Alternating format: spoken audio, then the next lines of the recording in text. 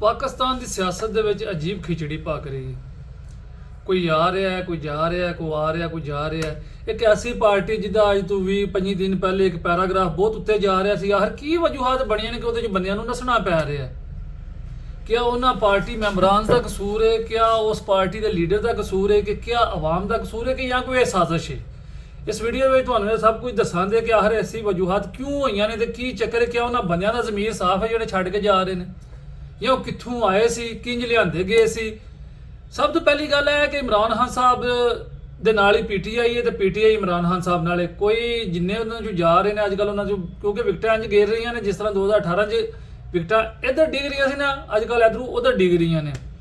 तो 2018 ਦੇ ਵਿੱਚ ਵੀ ਇਹੀ ਨਿਜ਼ਾਮ ਬਣਿਆ ਸੀ ਤੇ ਅੱਜ ਵੀ ਉਹੀ ਨਿਜ਼ਾਮ ਹੈ। ਇਮਰਾਨ ਖਾਨ ਸਾਹਿਬ ਨੂੰ ਵਾਪਸ ਉਸੇ ਜਗ੍ਹਾ ਤੇ ਲਿਆ ਕੇ ਖੜਾ ਕੀਤਾ ਜਾ ਰਿਹਾ ਜਿੱਥੇ ਉਹ 2018 ਚ ਸੀ, ਐਸਟੈਬਲਿਸ਼ਮੈਂਟ ਤੋਂ ਬਗੈਰ। ਲੈਵਲ ਪਲੇਇੰਗ ਫੀਲਡ ਬਣਾਈ ਜਾ ਰਹੀ ਹੈ। ਬਾਕੀ ਅੱਲਾ ਬਿਹਤਰ ਜਾਣਦਾ ਹੈ ਕਿ ਇਸ ਦਾ ਕੀ ਰਿਜ਼ਲਟ ਨਿਕਲੇਗਾ ਜਾਂ ਆਉਣ ਵਾਲੇ ਵਕਤਾਂ 'ਚ ਪਾਕਿਸਤਾਨ 'ਚ ਕੀ ਹੋਏਗਾ, ਇਹ ਤਾਂ ਅੱਲਾ ਹੀ ਬਿਹਤਰ ਜਾਣਦਾ ਹੈ। ਸਭ ਤੋਂ ਵੱਡੀ ਗੱਲ ਇਹ ਵੇ ਕਿ ਪਾਕਿਸਤਾਨ ਦੇ ਵਿੱਚ ਇਸ ਟਾਈਮ ਕੋਈ ਕਾਨੂੰਨ ਨਹੀਂ ਹੈ। क्यों नहीं है कि पहली गल है वे कि जेडे बंदे गिरफ्तार होंदे ने वो पीटीआई के खिलाफ बयान देन या सियासत छड्डण या पार्टी छड्डण, वो पाक साफ ने। अगर वो पाक साफ बंदे ने उन्होंने गिरफ्तार क्यों किया गया? एक बारी नहीं बार बार गिरफ्तार किया गया। अगर उन्होंने कोई जुर्म किए नहीं या उन्होंने इंतशार फैलाया तो फिर एक प्रेस कॉन्फ्रेंस की यकीन दहानी तो क्या उन्होंने जुर्म माफ हो गए ने? क्या पीटीआई छड्डण नाल उन्होंने जो रियासत के खिलाफ काम किए वो खत्म हो गए ने?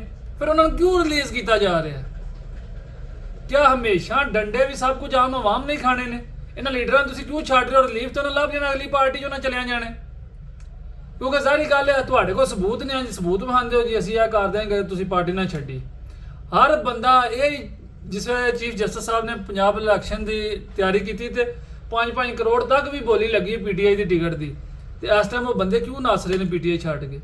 कौन उन्होंने मजबूर कर रहा है? इस मुल्क के विच फौज खत्म की जाती है, अदलिया खत्म की जाती है, अदारे खत्म किए जाते हैं, लोगों की सियासत खत्म की जाती है, गरीब आवाम की रोटी 2 टाइम की खत्म की जाती, लेकिन इस मुल्क च करप्शन खत्म नहीं की जाती। इस मुल्क च चंद खानदाना की बादशाह खत्म नहीं की जाती। क्यों? क्या मुल्क सिर्फ वो उन्होंने 2-3 खानदाना का ही है, बाकी किसी बंदे का मुल्क नहीं है?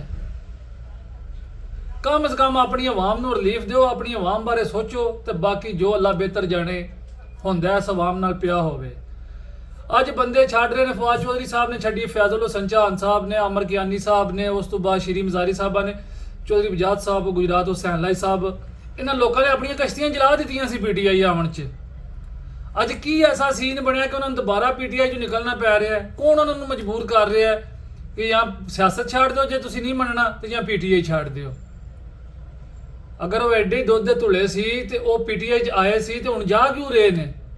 आए जी 9 मई नूं चलो एक पाकिस्तान का बहुत बड़ा सानिया होया, ऐसा नहीं होना चाहिए। हुण पता नहीं पीटीआई ने कराया कि या किसी होर दी साजिश सी ते जां सोचा समझा प्री प्लान सी, ये अल्लाह बेहतर जानदा, क्योंकि एक मालिक उत्ते भी बैठे है और सब कुछ देख रहे हैं, तो उसकी पकड़ बहुत सख्त होंदी। बाकी ये लोग तो जिहड़े पाकिस्तान च कोई वड्डे लोग ने ना, वो अपने आप नूं खुदा समझते हैं, उन्हां दा खुदा दा ईमान ही नहीं होंदा, जिहड़ी हकीकत गल है। दूसरा जिसमें की ना लगता वो बंदे 9 मई को बयानिया बना के फैजल हसन चौहान साहब की मैं पहले गल करना वा, उन्होंने 14 मई को मीटिंग होंदी है, जूम मीटिंग, उस पर उन्होंने गैरत नहीं जागती। 15 मई को गिरफ्तार होंगे ने, उस पर गैरत नहीं जानती। कौन बचाएगा पाकिस्तान? इमरान खान मैं गुजरी माँ का दुध पीता, मैं नसदा नहीं, लेकिन जिस तरह का वो नसिया इंज दा कोई भी नहीं नसिया। ठीक है, मैं जाता पता की गल नहीं कर रहा, लेकिन इंसान को एडियां बड़का भी नहीं मारनिया चाहिए कि जिन्ना दे घर वेड़ा हो ना दाने हो उन्ना ही आटा लेना चाहिए, उन्ना ही नवाला लेना चाहिए। तो उस बंदे ने जोड़ा किरदार अदा किया तुहाडे सब के सामने, तुसीं भी सारी गल न्यूज़ शूज़ वेखदे होने हो। तो उस तो बाद हुण भी बंदे छड़ रहे हैं, अगों मजीद आने वाले वक्त 50-60 होर बंदे भी पीटीआई चो जाने ही जाने ने, जिहड़ा साडे बाब सूख जराए सानूं दस रहे हैं। ये ਜਿਹੜੇ बंदे बयानियां हुण बना रहे हैं जी 9 मई ਨੂੰ इंज होया, 10 मई ਨੂੰ इंज होया, नहीं सी होना चाहिए, बिल्कुल गलत है। क्या इन्हां लोगों की गैरत 9-10 मई ਨੂੰ क्यों नहीं जागी है? उदों क्यों नहीं इन्हां लोगों ने आके प्रेस कॉन्फ्रेंस कीतियां? उस दिन कह दिंदे सी लोग भी मनदे कि मुहिब्बत वतन ने। हुण सानूं भी यही पता कि लोग बगैरत अपनी करप्शन छुपाउण वास्ते पार्टियां छड्ड रहे ने। इन्हां नूं पता है कि असीं पार्टी च अगर रहे तो साडे करप्शन दे उन्हां कोल सबूत ने ते असीं रगड़िया जाना। ये लोग सब करप्ट ने, ਜਿਤਨੇ ਛੱਡ ਰਹੇ ਨੇ ਆ ਰਹੇ ਨੇ ਜਾਂ ਅੱਗੇ ਜਿੰਨੇ ਵੀ ਸਿਆਸਤ 'ਚ ਹਨ ਨੇ, ਜਿਹੜੇ ਨਹੀਂ ਵੀ ਛੱਡ ਰਹੇ ਉਹ ਵੀ ਕਰਪਟ ਨੇ, ਸਾਨੂੰ ਉਹਨਾਂ ਦਾ ਵੀ ਪਤਾ ਹੈ। ਪਰ ਗੱਲ ਇਤਨੀ ਸਾਰੀ ਹੈ ਕਿ ਜੇ ਅਗਰ ਇਹਨਾਂ ਲੋਕਾਂ ਦੇ ਜ਼ਮੀਰ ਜਾਗਣੇ ਸੀ ਤਾਂ 9-10 ਮਈ ਨੂੰ ਜਾਗਦੇ। ਤੇ ਦੂਸਰੀ ਗੱਲ ਆਵਾਮ ਦੀ, ਆਵਾਮ ਸਾਡੀ ਆਪਣੇ ਲੀਡਰਾਂ ਤੋਂ ਵੀ ਵੱਡੀ ਲੀਡਰ ਹੈ। ਲੀਡਰ ਦਾ ਕਦੇ ਦਿਲ ਨਹੀਂ ਹੁੰਦਾ ਇੰਤਸ਼ਾਰ ਫੈਲੇ, ਕਿਉਂਕਿ ਉਹਨੂੰ ਪਤਾ ਮੇਰੇ ਤੇ ਇਹ ਮਸਲੇ ਆਉਣੇ ਨੇ, ਕਿਉਂਕਿ ਮੈਂ ਜ਼ਿੰਮੇਦਾਰ ਹੋਣਾ, ਮੈਂ ਇਹਨਾਂ ਲੈ ਕੇ ਰੋਡ ਤੇ ਨਿਕਲੇ ਆ। ਇਹ ਲੀਡਰ ਕੋਈ ਗੱਲ ਕਰ ਰਿਹਾ, ਹਾਂ ਤੈਨੂੰ ਕੀ ਪਤਾ, ਤੂੰ ਕਿਵੇਂ, ਇੰਜ ਨਹੀਂ ਇੰਜ। ਇਹ ਪਾਕਿਸਤਾਨ ਵਾਲਿਆਂ ਦੀ ਸਾਰਿਆਂ ਦੀ ਆਵਾਮ ਦੀ ਮਸਾਇਲ ਹੈ ਇਹਨੇ ਕਿ ਕਿਸੇ ਨੂੰ ਨਾਲ ਲੜਾਈ ਖੜਨ ਲੱਗੇ ਬੰਦਾ ਨਾਲ ਡਰਦਾ ਕਿ ਕਿਤੇ ਮੈਂ ਤਾਂ ਉੱਥੇ ਸੁਲ੍ਹਾ ਕਰ ਨਾ ਦੇ, ਇਹਨਾਂ ਨੂੰ ਚਾ ਕੇ ਚੰਡ ਮਾਰ ਛੜੇ। ਇਹ ਪਾਕਿਸਤਾਨੀ ਕੌਮ ਦੇ ਹਾਲਾਤ ਨੇ। ਤੇ ਬਾਕੀ ਅੱਲਾ ਬਿਹਤਰ ਜਾਣਦਾ ਹੈ, ਪਾਕਿਸਤਾਨ 'ਚ ਹਰ ਚੀਜ਼ ਖਤਮ ਹੋ ਜਾਂਦੀ ਹੈ, ਲੇਕਿਨ ਕਰਪਸ਼ਨ ਖਤਮ ਨਹੀਂ ਕੀਤੀ ਜਾਂਦੀ, ਕਿਉਂਕਿ ਸਭ ਦਾ ਸਾਂਝਾ ਕਾਰੋਬਾਰ ਹੈ। ਗਰੀਬ ਆਵਾਮ ਬਾਰੇ ਕੋਈ ਨਹੀਂ ਸੋਚਦਾ, ਸਭ ਨੂੰ ਆਪਣੀ ਆਪਣੀ ਬਾਦਸ਼ਾਹ ਦੀ ਫਿਕਰ ਹੈ।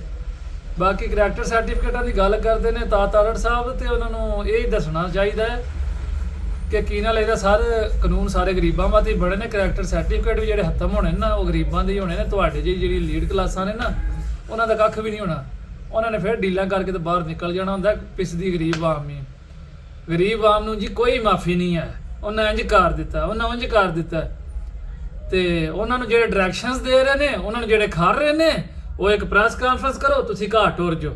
ਵਾਹ ਕਿਆ ਬਾਤ ਹੈ, ਪੀਟੀਆਈ ਛੱਡ ਦਿਓ, ਤੁਸੀਂ ਘਰ ਟੁਰ ਜਾਓ, ਤੇ ਇਹਨਾਂ ਨੂੰ ਅਸੀਂ ਲੰਮਿਆਂ ਪਾ ਲਾਂਦੇ ਜਿਹੜੇ ਤੁਹਾਡੇ ਕਹਿਣ ਦੇ ਤੇ ਇੱਥੇ ਆਏ ਨੇ।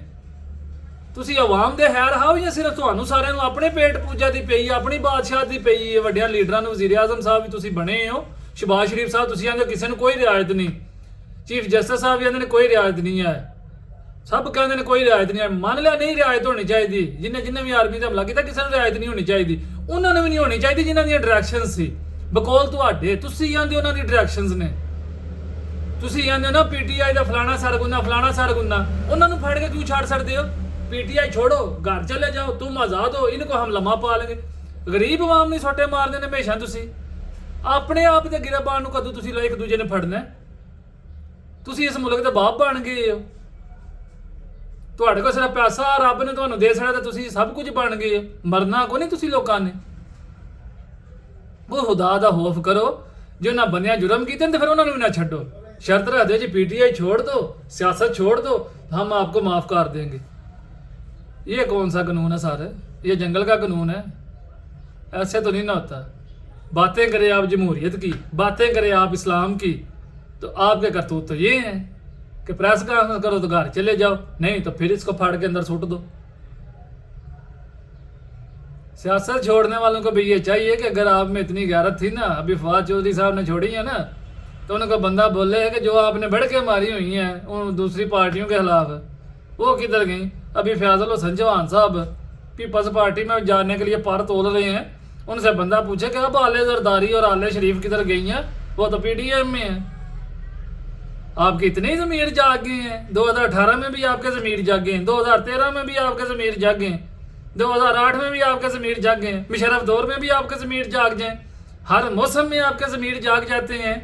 अजीब से परिंदे हो आप, और आपको अपनी छत पे बिठाने वाला भी शिकारी है ना, जो वो शिकारी नहीं है,